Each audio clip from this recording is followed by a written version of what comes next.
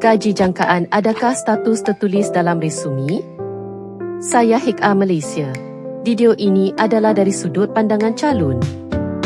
Dalam kebanyakan kes, gaji jangkaan jangan tulis dalam resume anda. Kerana apabila HK pertama kali melihat nombor tersebut, dia akan menilai harga anda terlebih dahulu. Itu bukan kebolehan anda. 1 ketinggian, langkau terus.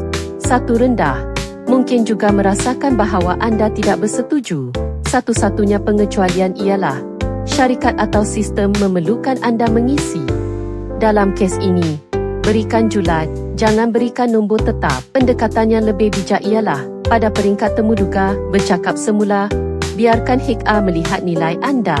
Jika anda tidak pasti, gaji jangkaan anda tidak munasabah, anda boleh DM saya.